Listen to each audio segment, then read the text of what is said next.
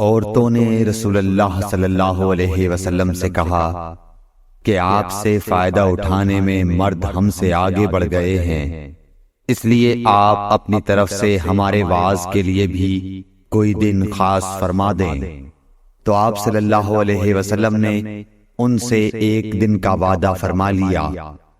اس دن عورتوں سے آپ نے ملاقات کی اور انہیں واعظ فرمایا اور مناسب احکام سنائے۔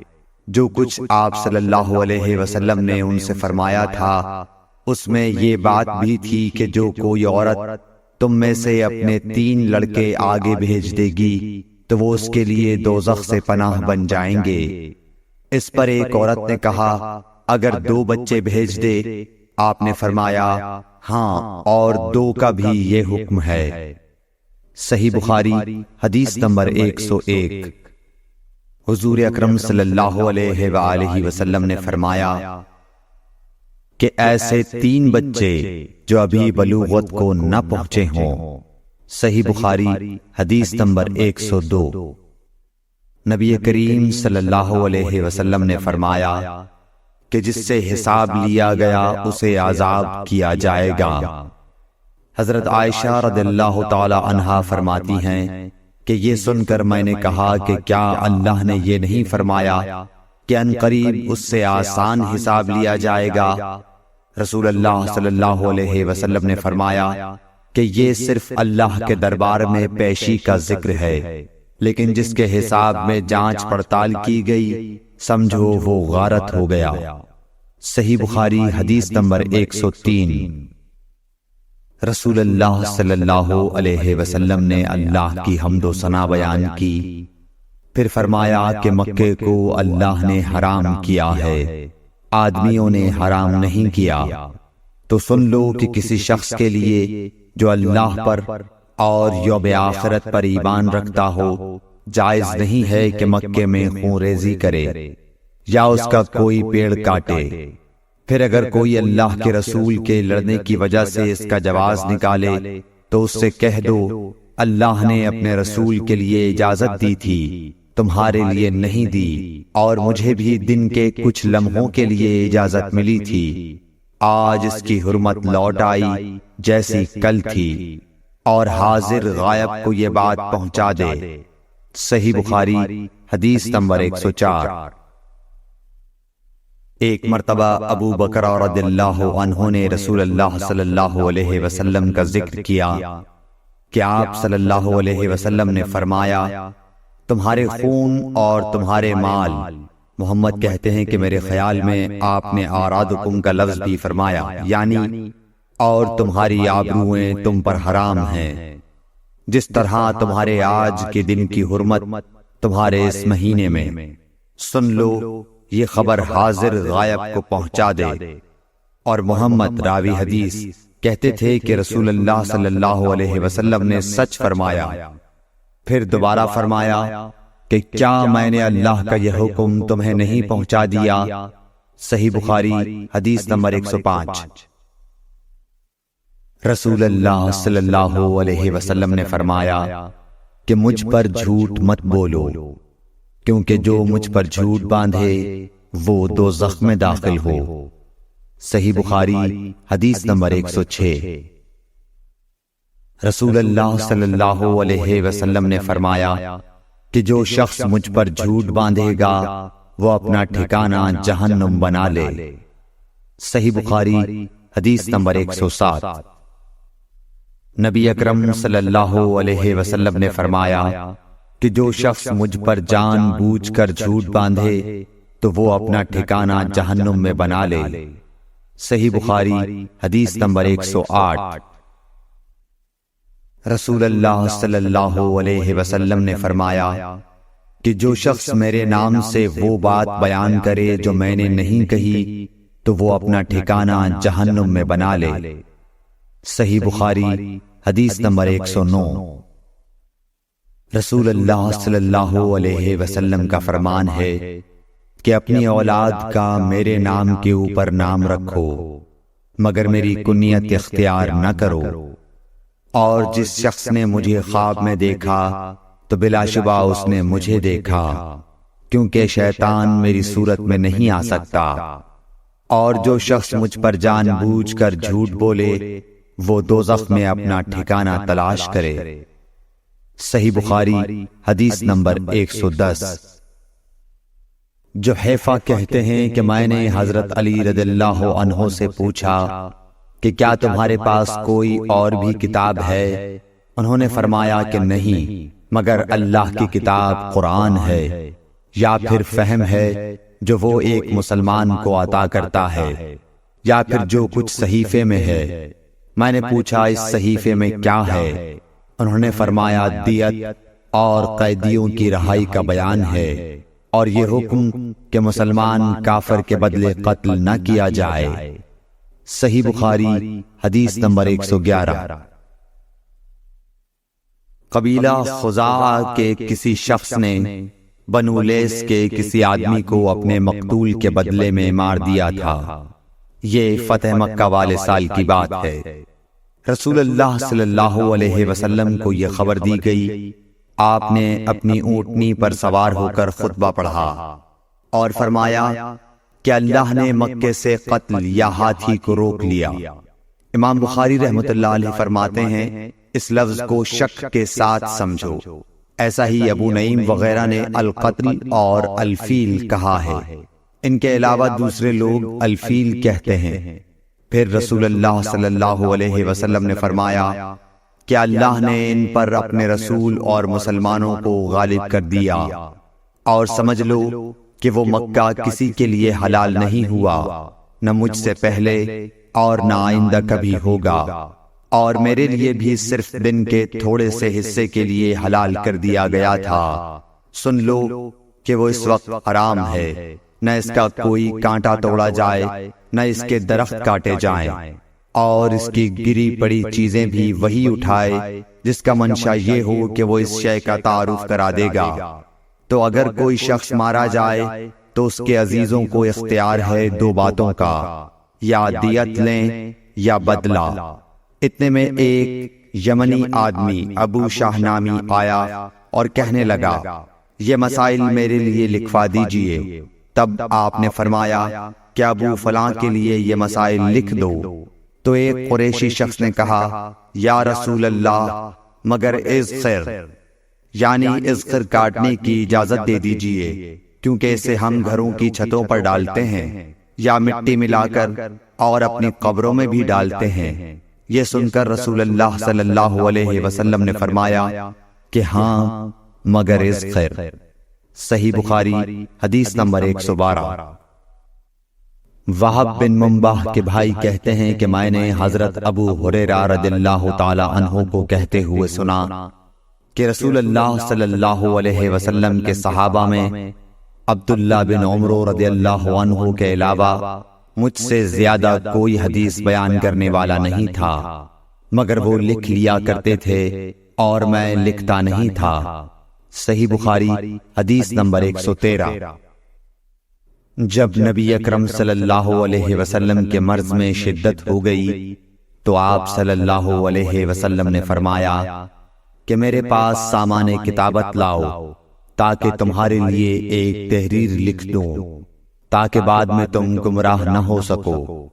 اس پر حضرت عمر رضی اللہ عنہ نے لوگوں سے کہا کہ اس وقت آپ صلی اللہ علیہ وسلم پر تکلیف کا غلبہ ہے اور ہمارے پاس اللہ کی کتاب قرآن موجود ہے جو ہمیں ہدایت کے لیے کافی ہے۔ اس پر لوگوں کی رائے مختلف ہو گئی اور شور و غل زیادہ ہونے لگا۔ آپ صلی اللہ علیہ وسلم نے فرمایا میرے پاس سے اٹھ کھڑے ہو، میرے پاس جھگڑنا ٹھیک نہیں۔ اس پر ابن عباس رضی اللہ عنہ یہ کہتے ہوئے نکل گئے کہ بے شک مصیبت بڑی سخت مصیبت ہے، وہ چیز جو ہمارے اور رسول کے اور آپ کی تحریر کے درمیان حائل ہو گئی۔ صحیح بخاری حدیث نمبر 114۔ ایک رات نبی کریم صلی اللہ علیہ وسلم نے بیدار ہوتے ہی فرمایا کہ سبحان اللہ، آج کی رات کس قدر فتنے اتارے گئے ہیں اور کتنے ہی خزانے کھولے گئے ہیں۔ ان حجرے والیوں کو جگاؤ کیونکہ بہت سی عورتیں جو دنیا میں باریک کپڑا پہننے والی ہیں وہ آخرت میں ننگی ہوں گی۔ صحیح بخاری حدیث نمبر 115۔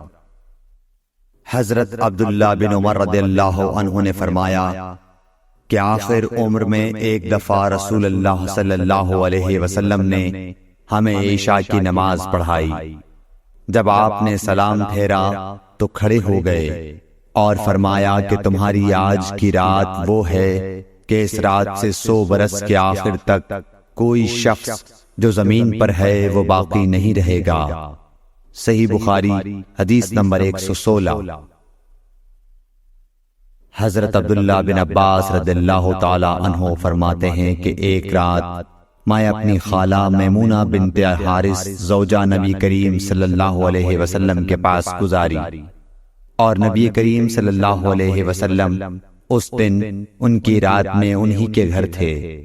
آپ صلی اللہ علیہ وسلم نے عشاء کی نماز مسجد میں پڑھی، پھر گھر تشریف لائے اور 4 رکعت نماز نفل پڑھ کر آپ سو گئے۔ پھر اٹھے اور فرمایا کہ ابھی تک یہ لڑکا سو رہا ہے یا اسی جیسا لفظ فرمایا۔ پھر آپ نماز پڑھنے کھڑے ہو گئے اور میں بھی وضو کر کے آپ کی بائیں جانب کھڑا ہو گیا، تو آپ صلی اللہ علیہ وسلم نے مجھے دائیں جانب کھڑا کر لیا۔ تب آپ نے 5 رکعت پڑھی، پھر 2 پڑھی، پھر آپ سو گئے، یہاں تک کہ میں نے آپ کے خراٹے کی آواز سنی۔ پھر آپ کھڑے ہو کر نماز کے لیے باہر تشریف لے آئے۔ صحیح بخاری حدیث نمبر 117۔ حضرت ابو ہریرہ رضی اللہ تعالی عنہ کہتے ہیں کہ لوگ کہتے ہیں کہ ابو ہریرہ بہت حدیثیں بیان کرتے ہیں، اور میں کہتا ہوں کہ قرآن میں 2 آیتیں نہ ہوتی تو میں کوئی حدیث بیان نہ کرتا۔ پھر یہ آیت پڑھی جس کا ترجمہ یہ ہے، جو لوگ اللہ کی نازل کی ہوئی دلیلوں اور آیتوں کو چھپاتے ہیں، آخر آیت رحیم تک۔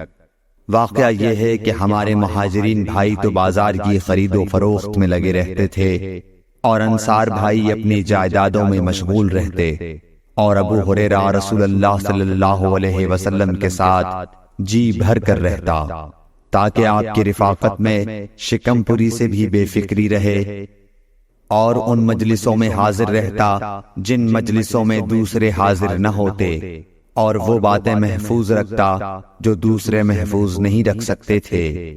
صحیح بخاری حدیث نمبر 118۔ ابو ہریرہ رضی اللہ عنہ کہتے ہیں کہ میں نے عرض کیا، یا رسول اللہ، میں آپ سے بہت سی باتیں سنتا ہوں مگر بھول جاتا ہوں۔ آپ صلی اللہ علیہ وسلم نے فرمایا، اپنی چادر پھیلاؤ۔ میں نے اپنی چادر پھیلائی، آپ صلی اللہ علیہ وسلم نے اپنے دونوں ہاتھوں کی چلو بنائی اور میری چادر میں ڈال دی، فرمایا کہ چادر کو بدن پر لپیٹ لو۔ میں نے چادر کو اپنے بدن پر لپیٹ لیا، پھر اس کے بعد میں کوئی چیز نہیں بھولا۔ صحیح بخاری حدیث نمبر 119۔ حضرت ابو ہریرہ رضی اللہ عنہ فرماتے ہیں کہ میں نے رسول اللہ صلی اللہ علیہ وسلم سے علم کے 2 برتن یاد کر لیے ہیں، ایک کو میں نے پھیلا دیا ہے، اور دوسرا برتن اگر میں پھیلاؤں تو میرا یہ نرخراک کاٹ دیا جائے۔ صحیح بخاری حدیث نمبر 120۔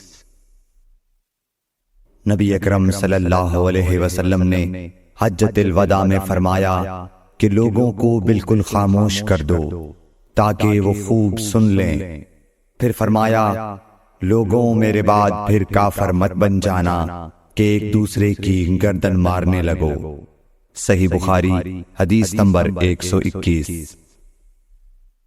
رسول اللہ صلی اللہ علیہ وسلم نے فرمایا کہ ایک روز موسیٰ علیہ السلام نے کھڑے ہو کر بنی اسرائیل میں خطبہ دیا، تو آپ سے پوچھا گیا کہ لوگوں میں سب سے زیادہ صاحب علم کون ہے؟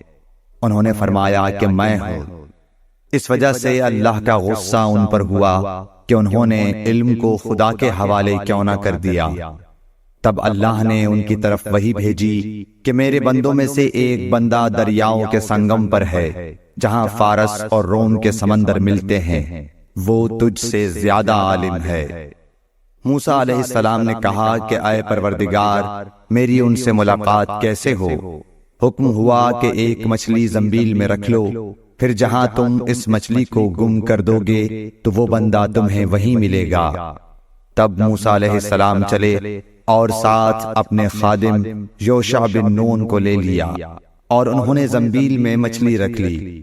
جب ایک پتھر کے پاس پہنچے، دونوں اپنے سر اس پر رکھ کر سو گئے، اور مچھلی زنبیل سے نکل کر دریا میں اپنی راہ بناتی چلی گئی۔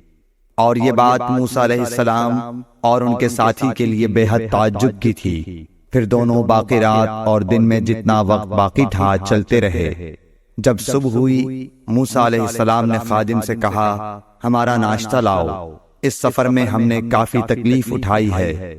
اور موسیٰ علیہ السلام بالکل نہیں تھکے تھے، مگر جب اس جگہ سے آگے نکل گئے جہاں تک انہیں جانے کا حکم ملا تھا، تب ان کے خادم نے کہا کہ کیا آپ نے دیکھا تھا کہ جب ہم صخرہ کے پاس ٹھہرے تھے تو میں مچھلی کا ذکر بھول گیا؟ بقول بعض صخرہ کے نیچے آب حیات تھا، وہ اس مچھلی پر پڑا اور وہ زندہ ہو کر بقدرت الہی دریا میں چل دی۔ یہ سن کر موسیٰ علیہ السلام بولے کہ یہی وہ جگہ ہے جس کی ہمیں تلاش تھی، تو وہ پچھلے پاؤں واپس ہو گئے۔ جب پتھر تک پہنچے تو دیکھا کہ ایک شخص کپڑا اوڑھے ہوئے موجود ہے۔ موسیٰ علیہ السلام نے انہیں سلام کیا۔ خضر نے کہا کہ تمہاری سرزمین میں سلام کہاں؟ پھر موسیٰ علیہ السلام نے کہا کہ میں موسیٰ ہوں۔ خضر بولے کہ بنی اسرائیل کے موسیٰ؟ انہوں نے جواب دیا ہاں۔ پھر کہا کہ کیا میں آپ کے ساتھ چل سکتا ہوں تاکہ آپ مجھے ہدایت کی وہ باتیں بتلاؤ جو اللہ نے خاص آپ ہی کو سکھلائی ہیں؟ خضر بولے کہ تم میرے ساتھ صبر نہیں کر سکو گے۔ اے موسیٰ، مجھے اللہ نے ایسا علم دیا ہے جسے تم نہیں جانتے، اور تم کو جو علم دیا ہے اسے میں نہیں جانتا۔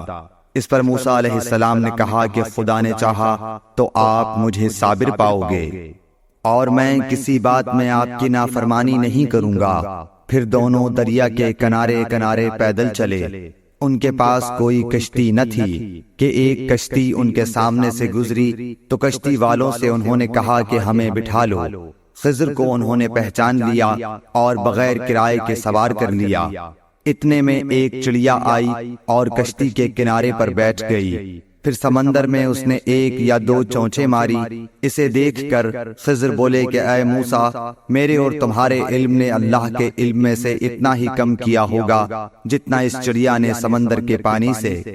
پھر خضر نے کشتی کے تختوں میں سے ایک تختہ نکال ڈالا۔ موسیٰ علیہ السلام نے کہا کہ ان لوگوں نے تو ہمیں کرایہ لیے بغیر مفت میں سوار کیا، اور آپ نے ان کی کشتی کی لکڑی اکھاڑ ڈالی تاکہ یہ ڈوب جائیں۔ خضر بولے کہ کیا میں نے نہیں کہا تھا کہ تم میرے ساتھ صبر نہیں کر سکو گے؟ اس پر موسیٰ علیہ السلام نے جواب دیا کہ بھول پر میری گرفت نہ کرو۔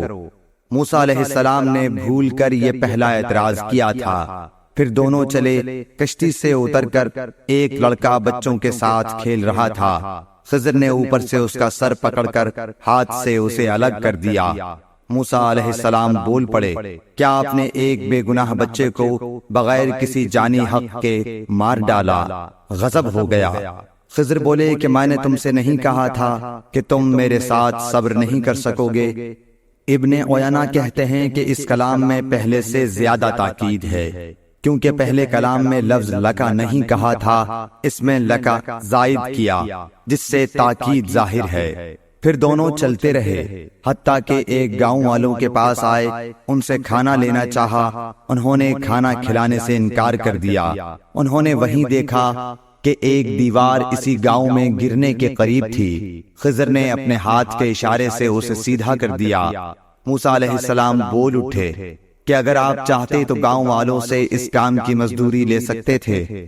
خضر نے کہا کہ بس اب ہم اور تم میں جدائی کا وقت آ گیا ہے۔ جناب محبوب کبریا رسول اللہ صلی اللہ علیہ وسلم فرماتے ہیں کہ اللہ موسیٰ علیہ السلام پر رحم کرے۔ ہماری تمنا تھی کہ موسیٰ علیہ السلام کچھ دیر اور صبر کرتے تو مزید واقعات ان دونوں کے بیان کیے جاتے اور ہمارے سامنے روشنی میں آتے، مگر حضرت موسیٰ علیہ السلام کی عجلت نے اس علم لدنی کے سلسلے کو جلد ہی منقطع کرا دیا۔ صحیح بخاری حدیث نمبر 122۔ ایک شخص رسول اللہ صلی اللہ علیہ وسلم کی خدمت اقدس میں حاضر ہوا اور اس نے عرض کیا، یا رسول اللہ کی راہ میں لڑائی کی کیا صورت ہے؟ کیونکہ ہم میں سے کوئی غصے کی وجہ سے اور کوئی غیرت کی وجہ سے جنگ کرتا ہے۔ تو آپ صلی اللہ علیہ وسلم نے اس کی طرف سر اٹھایا، اور سر اس لیے اٹھایا کہ پوچھنے والا کھڑا ہوا تھا۔ پھر آپ صلی اللہ علیہ وسلم نے فرمایا، جو اللہ کے کلمے کو سر بلند کرنے کے لیے لڑے وہ اللہ کی راہ میں لڑتا ہے۔ صحیح بخاری حدیث نمبر 123۔ رسول اللہ صلی اللہ علیہ وآلہ وسلم سے رمی کے وقت پوچھا جا رہا تھا تو ایک شخص نے عرض کیا، یا رسول اللہ میں نے رمی سے قبل قربانی کر لی۔ آپ صلی اللہ علیہ وسلم نے فرمایا، اب رمی کر لو، کچھ حرج نہیں ہوا۔ دوسرے نے کہا، یا رسول اللہ میں نے قربانی سے پہلے سر منڈا لیا۔ آپ صلی اللہ علیہ وسلم نے فرمایا، اب قربانی کر لو، کچھ حرج نہیں۔ اس وقت جس چیز کے بارے میں جو آگے پیچھے ہو گئی تھی آپ سے پوچھا گیا، آپ صلی اللہ علیہ وسلم نے یہی جواب دیا، اب کر لو، کچھ حرج نہیں۔ صحیح بخاری حدیث نمبر 124۔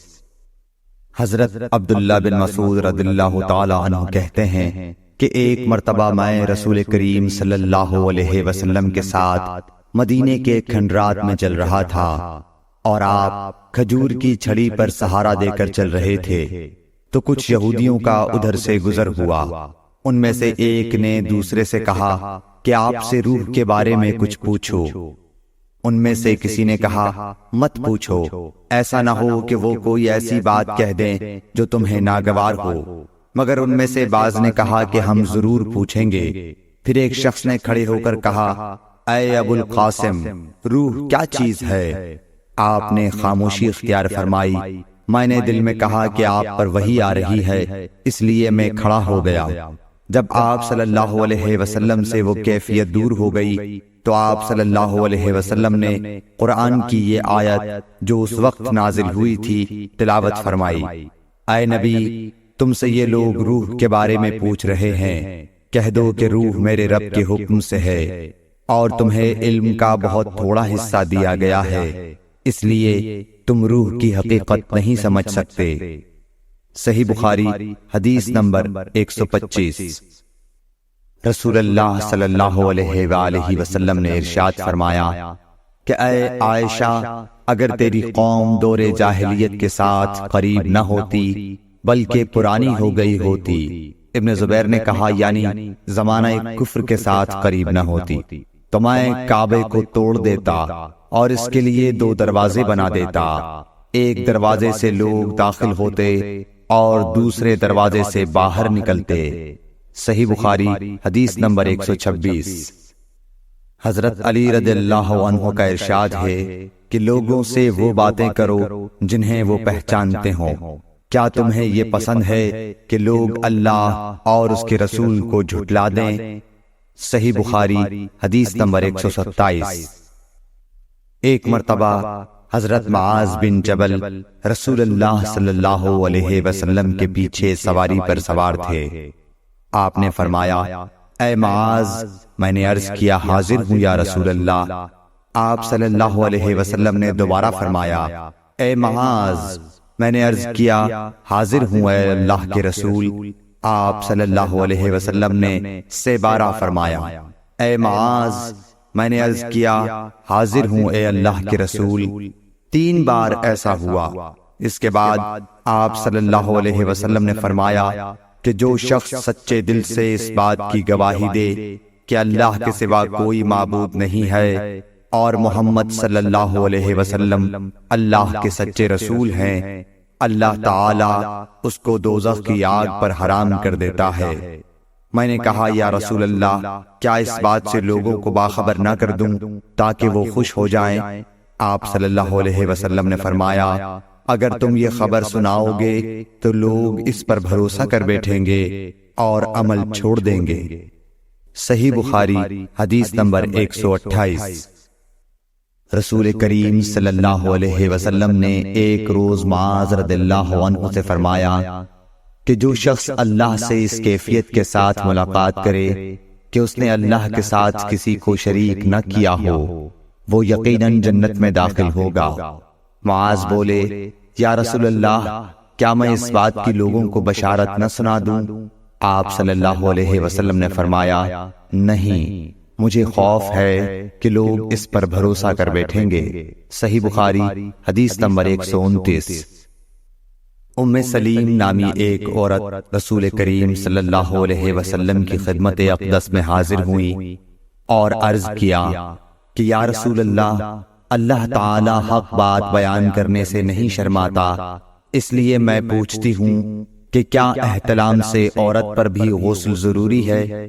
آپ صلی اللہ علیہ وسلم نے فرمایا کہ ہاں، جب عورت پانی دیکھ لے، یعنی کپڑے وغیرہ پر منی کا اثر معلوم ہو۔ تو یہ سن کر حضرت ام سلمہ رضی اللہ عنہا نے شرم کی وجہ سے اپنا چہرہ چھپا لیا اور کہا، یا رسول اللہ، کیا عورت کو بھی احتلام ہوتا ہے؟ آپ نے فرمایا، ہاں، تیرے ہاتھ خاک آلود ہوں، پھر کیوں اس کا بچہ اس کی صورت کے مشابہ ہوتا ہے؟ یعنی یہی اس کے احتلام کا ثبوت ہے۔ صحیح بخاری حدیث نمبر 130۔ رسول اللہ صلی اللہ علیہ وسلم نے ایک مرتبہ فرمایا کہ درختوں میں سے ایک درخت ایسا ہے جس کے پتے کبھی نہیں جھڑتے، اور اس کی مثال مسلمان جیسی ہے، مجھے بتلاؤ وہ کیا درخت ہے؟ تو لوگ جنگلی درختوں کی سوچ میں پڑ گئے، اور عبداللہ بن عمر کے دل میں آیا کہ میں بتلا دوں کہ وہ کھجور کا پیڑ ہے۔ عبداللہ کہتے ہیں کہ پھر مجھے شرم آ گئی اور میں چپ ہی رہا۔ تب لوگوں نے عرض کیا، یا رسول اللہ، آپ ہی خود اس کے بارے میں بتلائیے۔ آپ نے فرمایا، وہ کھجور ہے۔ عبداللہ کہتے ہیں کہ میرے جی میں جو بات تھی وہ اپنے والد حضرت عمر رضی اللہ عنہ کو بتلائی۔ وہ کہنے لگے کہ اگر تو اس وقت کہہ دیتا تو میرے لیے ایسے ایسے قیمتی سرمایے سے زیادہ محبوب ہوتا۔ صحیح بخاری حدیث نمبر 131۔ حضرت علی رضی اللہ تعالی عنہ سے روایت ہے کہ میں ایسا شخص تھا جسے جریان مزی کی شکایت تھی، تو میں نے اپنے شاگرد مقداد کو حکم دیا کہ وہ رسول اللہ صلی اللہ علیہ وسلم سے دریافت کریں، تو انہوں نے آپ صلی اللہ علیہ وسلم سے اس بارے میں پوچھا۔ آپ صلی اللہ علیہ وسلم نے فرمایا کہ اس مرض میں غسل نہیں ہے، ہاں وضو فرض ہے۔ صحیح بخاری حدیث نمبر 132۔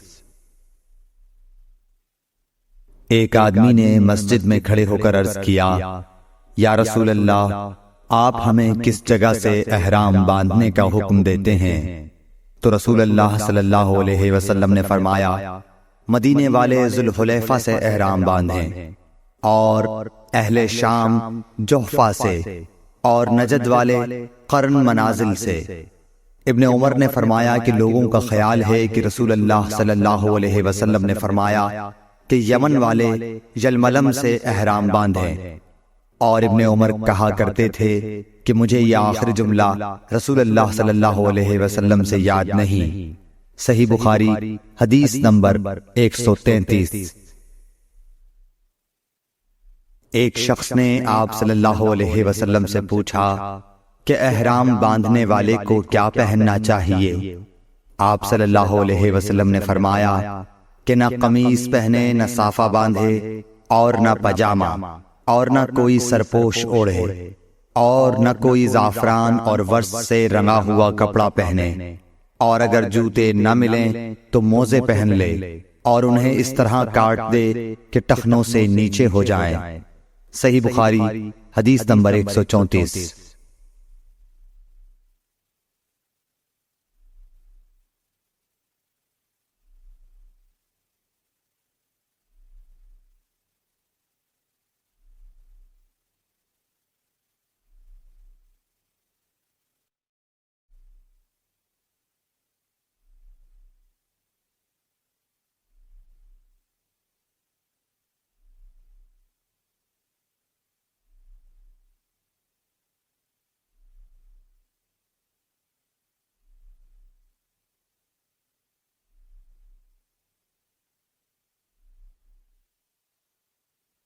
رسول اللہ صلی اللہ علیہ وسلم نے فرمایا کہ جو شخص حدث کرے اس کی نماز قبول نہیں ہوتی جب تک کہ وہ دوبارہ وضو نہ کر لے۔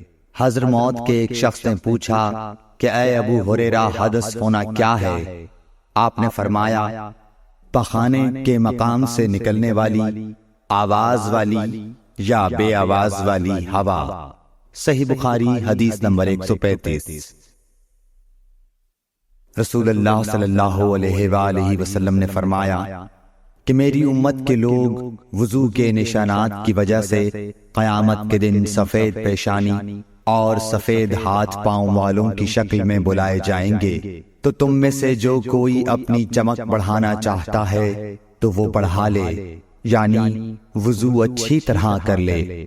صحیح بخاری حدیث نمبر 136۔ رسول کریم صلی اللہ علیہ وسلم سے شکایت کی گئی کہ ایک شخص ہے جسے یہ خیال ہوتا ہے کہ نماز میں کوئی چیز یعنی ہوا نکلتی معلوم ہوئی ہے۔ آپ صلی اللہ علیہ وسلم نے فرمایا کہ نماز سے نہ پھرے یا نہ مڑے جب تک آواز نہ سنے یا بو نہ پائے۔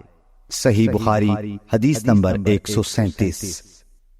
نبی کریم صلی اللہ علیہ وسلم سوئے یہاں تک کہ آپ خراٹے لینے لگے، پھر آپ نے نماز پڑھی، اور کبھی راوی نے یوں کہا کہ آپ صلی اللہ علیہ وسلم لیٹ گئے پھر خراٹے لینے لگے، پھر آپ صلی اللہ علیہ وسلم کھڑے ہوئے، اس کے بعد نماز پڑھی۔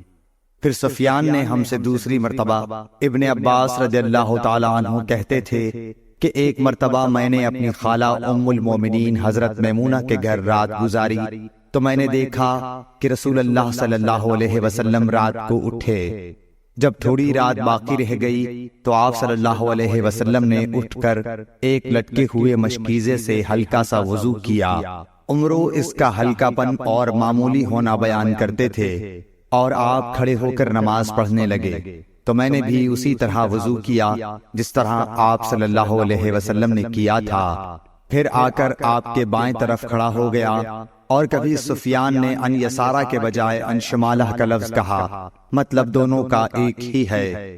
پھر آپ صلی اللہ علیہ وسلم نے مجھے پھیر لیا اور اپنی داہنی جانب کر لیا، پھر نماز پڑھی جس قدر اللہ کو منظور تھا۔ پھر آپ لیٹ گئے اور سو گئے حتیٰ کہ خراٹوں کی آواز آنے لگی۔ پھر آپ کی خدمت میں مؤذن حاضر ہوا اور اس نے آپ کو نماز کی اطلاع دی۔ آپ صلی اللہ علیہ وسلم اس کے ساتھ نماز کے لیے تشریف لے گئے، پھر آپ نے نماز پڑھی اور وضو نہیں کیا۔ سفیان کہتے ہیں کہ ہم نے عمروں سے کہا، کچھ لوگ کہتے ہیں کہ رسول اللہ صلی اللہ علیہ وسلم کی آنکھیں سوتی تھیں، دل نہیں سوتا تھا۔ عمروں نے کہا، میں نے عبید بن عمیر سے سنا، وہ کہتے تھے کہ انبیاء علیہ السلام کے خواب بھی وہی ہوتے ہیں۔ پھر قرآن کی یہ آیت پڑھی، میں خواب میں دیکھتا ہوں کہ میں تجھے ذبح کر رہا ہوں۔ صحیح بخاری حدیث نمبر 138۔ رسول اللہ صلی اللہ علیہ وسلم میدان عرفات سے واپس ہوئے۔ جب گھاٹی میں پہنچے تو آپ اتر گئے۔ آپ نے پہلے پیشاب کیا، پھر وضو کیا اور خوب اچھی طرح نہیں کیا۔ تب میں نے کہا، یا رسول اللہ، نماز کا وقت آ گیا۔ آپ صلی اللہ علیہ وسلم نے فرمایا، نماز آگے ہے، یعنی مزدلفہ چل کر پڑھیں گے۔ جب مزدلفہ میں پہنچے تو آپ نے خوب اچھی طرح وضو کیا، پھر جماعت کھڑی کی گئی۔ آپ صلی اللہ علیہ وسلم نے مغرب کی نماز پڑھی، پھر ہر شخص نے اپنے اونٹ کو اپنی جگہ بٹھایا، پھر عشاء کی جماعت کھڑی کی گئی اور آپ نے نماز پڑھی، اور ان دونوں نمازوں کے درمیان کوئی نماز نہیں پڑھی۔ صحیح بخاری حدیث نمبر 139۔ ابن عباس رضی اللہ تعالی عنہ نے وضو کیا تو اپنا چہرہ دھویا، اس طرح کہ پہلے پانی کے ایک چلو سے کلی کی اور ناک میں پانی دیا، پھر پانی کا ایک اور چلو لیا، پھر اس کو اس طرح کیا، یعنی دوسرے ہاتھ کو ملایا، پھر اس سے اپنا چہرہ دھویا، پھر پانی کا دوسرا چلو لیا اور اس سے اپنا داہنا ہاتھ دھویا، پھر پانی کا ایک اور چلو لے کر اس سے اپنا بایاں ہاتھ دھویا، اس کے بعد اپنے سر کا مسح کیا، پھر پانی کا چلو لے کر داہنے پاؤں پر ڈالا اور اسے دھویا، پھر دوسرے چلو سے اپنا پاؤں دھویا یعنی بایاں پاؤں۔ اس کے بعد کہا کہ میں نے رسول اللہ صلی اللہ علیہ وسلم کو اسی طرح وضو کرتے ہوئے دیکھا ہے۔ صحیح بخاری حدیث نمبر 140۔ نبی اکرم صلی اللہ علیہ وآلہ وسلم نے فرمایا، جب تم میں سے کوئی اپنی بیوی سے جمع کرے تو کہے اللہ کے نام کے ساتھ شروع کرتا ہوں، اے اللہ ہمیں شیطان سے بچا اور شیطان کو اس چیز سے دور رکھ جو تو اس جمع کے نتیجے میں ہمیں عطا فرمائے۔ یہ دعا پڑھنے کے بعد جمع کرنے سے میاں بیوی کو جو اولاد ملے گی اسے شیطان نقصان نہیں پہنچا سکتا۔ صحیح بخاری حدیث نمبر 141۔ رسول کریم صلی اللہ علیہ وسلم جب قضاء حاجت کے لیے بیت الخلاء میں داخل ہوتے تو یہ دعا پڑھتے، اے اللہ میں ناپاک جنوں اور ناپاک جنیوں سے تیری پناہ مانگتا ہوں۔ صحیح بخاری حدیث نمبر 142۔ ابن عباس رضی اللہ تعالی عنہ سے روایت ہے، نبی کریم صلی اللہ علیہ وسلم بیت الخلاء میں تشریف لے گئے۔ میں نے بیت الخلاء کے قریب آپ کے لیے وضو کا پانی رکھ دیا۔ باہر نکل کے آپ نے پوچھا یہ کس نے رکھا؟ جب آپ کو بتلایا گیا تو آپ نے میرے لیے دعا کی اور فرمایا، اے اللہ اس کو دین کی سمجھ عطا فرمائیو۔ صحیح بخاری حدیث نمبر 143۔ رسول اللہ صلی اللہ علیہ وسلم نے فرمایا، جب تم میں سے کوئی بیت الخلاء میں جائے تو قبلے کی طرف منہ کرے نہ اس کی طرف پشت کرے، بلکہ مشرق کی طرف منہ کر لو یا مغرب کی طرف۔ صحیح بخاری حدیث نمبر 144۔ لوگ کہتے تھے کہ جب قضاء حاجت کے لیے بیٹھو تو نہ قبلے کی طرف منہ کرو نہ بیت المقدس کی طرف۔ یہ سن کر عبداللہ بن عمر رضی اللہ تعالی عنہ نے فرمایا کہ ایک دن میں اپنے گھر کی چھت پر چڑھا تو میں نے آن حضرت صلی اللہ علیہ وسلم کو دیکھا کہ آپ بیت المقدس کی طرف منہ کر کے 2 اینٹوں پر قضاء حاجت کے لیے بیٹھے ہیں۔ پھر عبداللہ بن عمر رضی اللہ عنہ نے واسع سے کہا کہ شاید تم ان لوگوں میں سے ہو جو اپنے چوتڑوں کے بل نماز پڑھتے ہیں۔ تب میں نے کہا اللہ کی قسم میں نہیں جانتا کہ آپ کا مطلب کیا ہے۔ امام مالک رحمۃ اللہ نے کہا کہ عبداللہ بن عمر رضی اللہ تعالی عنہ نے اس سے وہ شخص مراد لیا جو نماز میں زمین سے اونچا نہ رہے، سجدے میں زمین سے چمٹ جائے۔ صحیح بخاری حدیث نمبر 145۔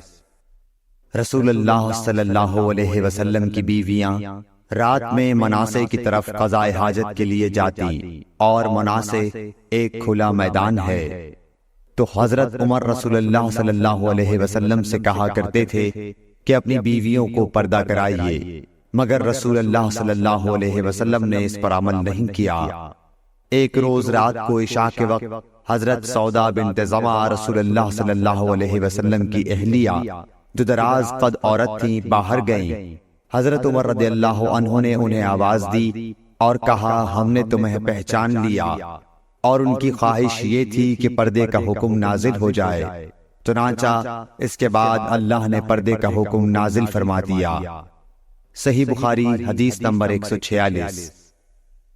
آپ صلی اللہ علیہ وسلم نے اپنی بیویوں سے فرمایا کہ تمہیں قضاء حاجت کے لیے باہر نکلنے کی اجازت ہے۔ صحیح بخاری حدیث نمبر 147۔ عبداللہ بن عمر رضی اللہ تعالی عنہ فرماتے ہیں کہ ایک دن میں اپنی بہن اور رسول اللہ صلی اللہ علیہ وسلم کی اہلیہ محترمہ حفصہ کے مکان کی چھت پر اپنی کسی ضرورت سے چڑھا تو مجھے رسول اللہ صلی اللہ علیہ وسلم قضاء حاجت کرتے وقت قبلے کی طرف پشت اور شام کی طرف منہ کیے ہوئے نظر آئے۔ صحیح بخاری حدیث نمبر 148۔ عبداللہ بن عمر رضی اللہ تعالی عنہ نے خبر دی، وہ کہتے ہیں کہ ایک دن میں اپنے گھر کی چھت پر چڑھا تو مجھے رسول اللہ صلی اللہ علیہ وسلم 2 اینٹوں پر قضاء حاجت کے وقت بیت المقدس کی طرف منہ کیے ہوئے نظر آئے۔ صحیح بخاری حدیث نمبر 149۔ انس بن مالک رضی اللہ تعالی عنہ کہتے تھے کہ جب رسول اللہ صلی اللہ علیہ وسلم رفع حاجت کے لیے نکلتے تو میں اور ایک لڑکا اپنے ساتھ پانی کا برتن لے آتے تھے، مطلب یہ کہ اس پانی سے رسول اللہ صلی اللہ علیہ وسلم طہارت کیا کرتے تھے۔ صحیح بخاری حدیث نمبر 150۔